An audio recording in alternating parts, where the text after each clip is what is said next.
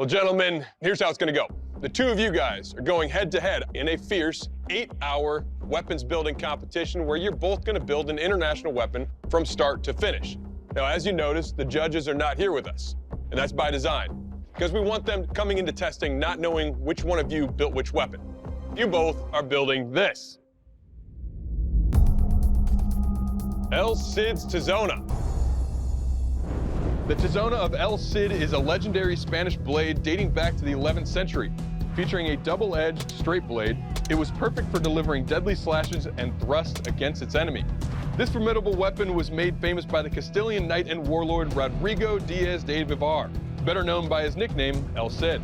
This fearsome sword was previously featured back in Season 7 of Forged in Fire, where the two smiths really impressed our judges and the competition ultimately came down to the finer details.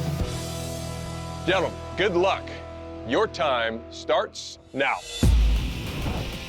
Now, one of the most difficult parts of this build is the hilt. Now, it's got a very intricate guard that has long quillions, it's got a twisted side ring, and not to mention that squid head pommel. Now, that's something they both need to think about the entire 8 hours of this round, because if they only focus on the blade, they're guaranteed to run out of time. As I'm actually still planning out my guard, I look over and I see Dave already has this big, giant, ornate guard that he's filing out, polishing, and it's like, where'd that come from? Did he have that in his pocket when he walked in this morning? If I glance at Dave, that's almost like a gut punch. I'm just trying to concentrate on what I got going on. Now I need to draw the steel out so I can start shaping my blade. Dave is one of the most experienced people on Big Blue I've ever seen. He's over here one-handing a giant bar of W1. Having a tool like Big Blue, to me, has been a game changer in everything I do. I recently turned 61. I have been crashed on motorcycles, kicked by horses. I've got shoulder injuries, tendon injuries I got here on the show. So swinging a hammer all day, to me, is something that is going to slow my process down. Now, I've heard about Smiths getting mesmerized and getting Big Blue hypnosis. Not too often you see the competitor getting hypnotized by Big Blue. It is a heavy blade at this point. I need to do a ton of grinding on it. But I'm actually starting to run a little light on time. So I need to quench. Gunner's holding a magnet in one hand and his blade in the other, and as he's bringing it up to temperature, he's checking to see if that magnet sticks. Right around the moment when it loses magnetism is the temperature he wants to be at for that quench. Here we go. Pull it out. It's still as straight as it was when I put it in there. That's a good sound. It's hard. I'm happy I now actually have a blade. It's time to fit everything up, get everything glued up. Go to start peening the tang. I make the same mistake I complain about Smith's making, and I leave too much tang on there. Guard's bouncing around because he's got too much tang sticking out. Then it's back over to the table, cut more of that off. But luckily, it's a mild steel, so I can cut it and peen it. I get that peen down, everything's good and tight. So now I can just focus on cleaning that blade and sharpening that blade.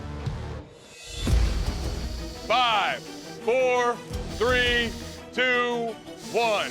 Gentlemen, this 8-hour round is officially over. Bladesmiths, this is a dynamic test. To find out the overall construction and lethality of your weapons, I'm gonna take your sword and deliver some blows on this big carcass and these wooden shields. You gentlemen ready? Let's do this.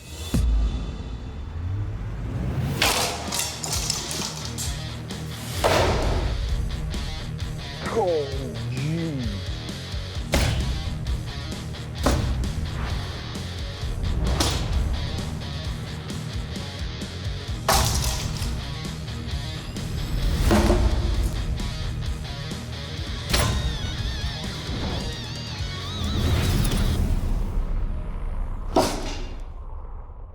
But that is a sharp blade. All right, Bladesmiths, let's talk about this Tizona.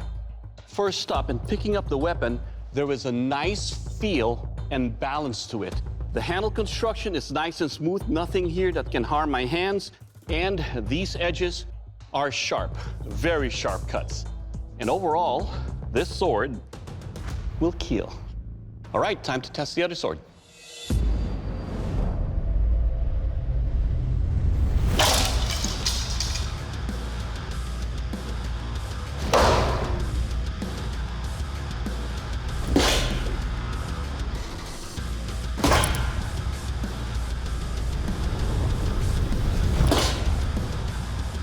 See how heavy that thing is.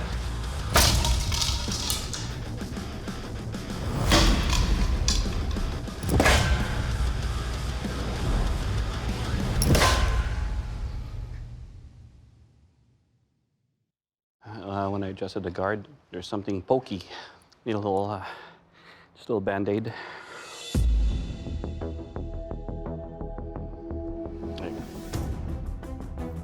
All right, bladesmiths, let's talk about this sword right here. It's heavy. The minute I picked up, all the weight falls forward and all the pressure falls on this index finger. Now, the handle construction is smooth, but the pommel, the guard, there are sharp pieces all over that. So much so when I was even adjusting because of the weight, I cut myself right there on the pommel. Now, the edge. There's a sharp edge right here, but the rest is dull. And you can see that really prevalent on this big carcass. But as a bludgeoning tool, it will kill.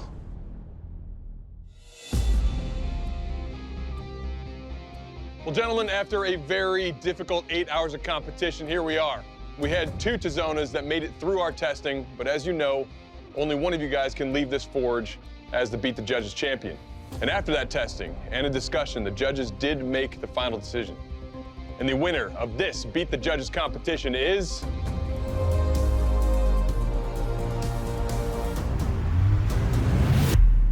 Dave Baker, you done it again, buddy. Very well done.